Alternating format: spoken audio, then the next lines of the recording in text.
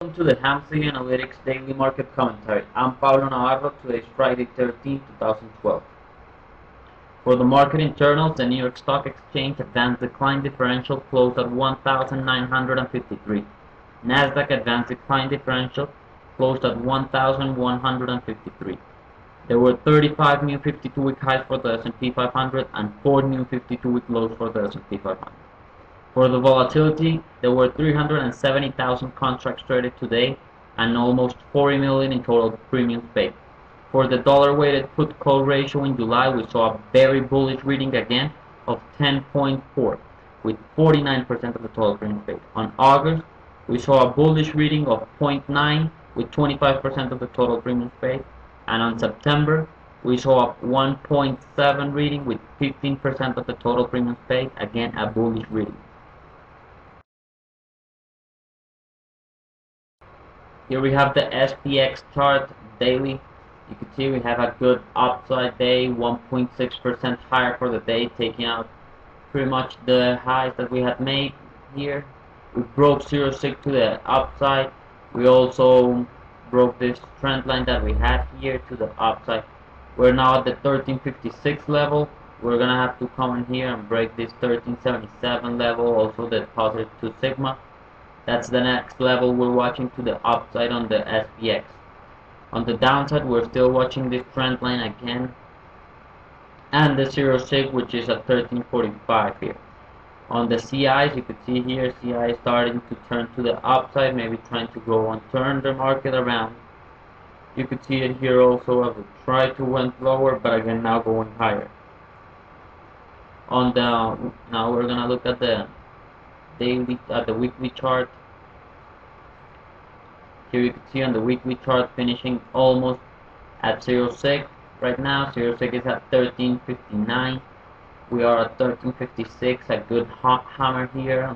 Nice pattern, reversal from the lows on the week, finishing on the highs, which was positive. We again want to take this 1377 and then go to 1394, which is the positive 1 sigma on the weekly chart and the positive 3 sigma on the daily chart.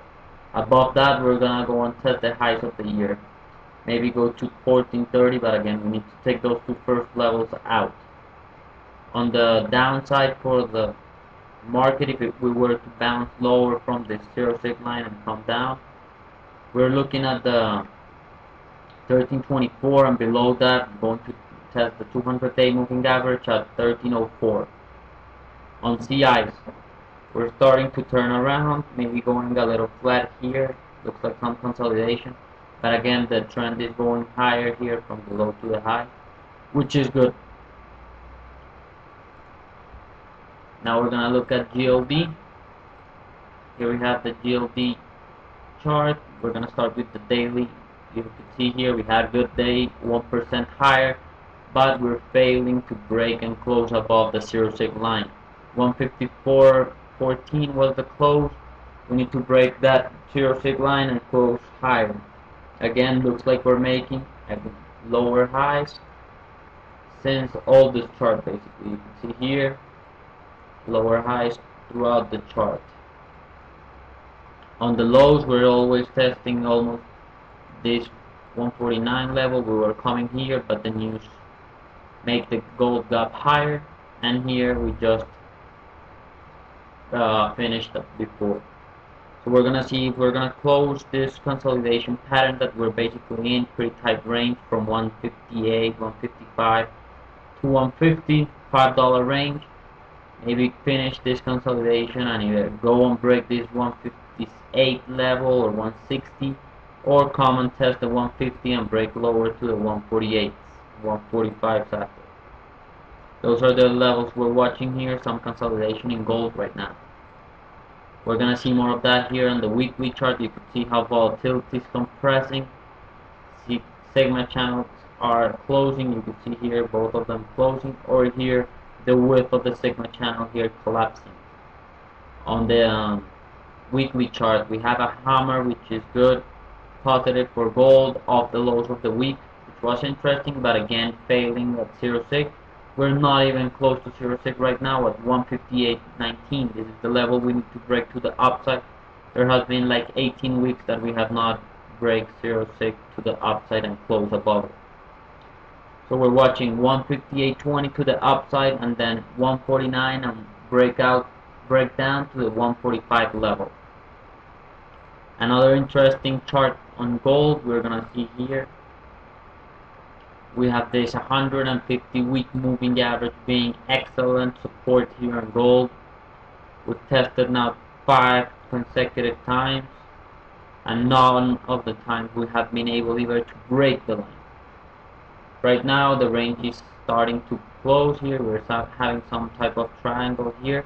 We're gonna see which way is it gonna break. If we're gonna go higher at the 158 we talked about, here you can see it, or we're gonna come here and break the 150 that we also talked about, and maybe come to the 145 level, and then maybe even to the 140. So again, we need to finish this consolidation pattern that we're in, this triangle. After that, we're gonna break higher, maybe come and test this trend line that we have here, or break lower onto the 145s. Now we're gonna watch volatility. Start with the VIX.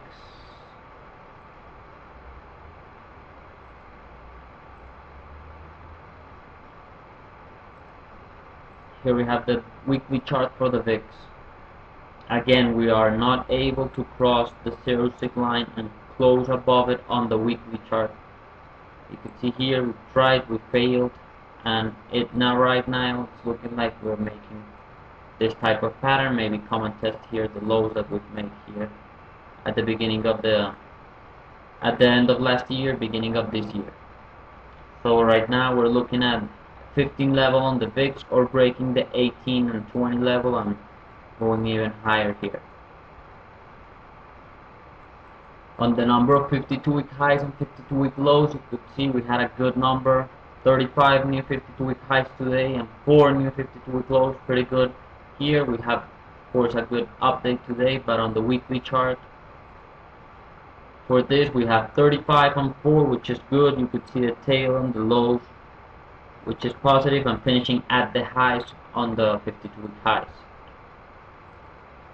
On the McClellan oscillator, you could see here we're at 112, slightly overbought, but we start to consider overbought above 150, so we're at good level here. You could see how overbought we were here, even with this downtrend. Sorry, this is the weekly chart.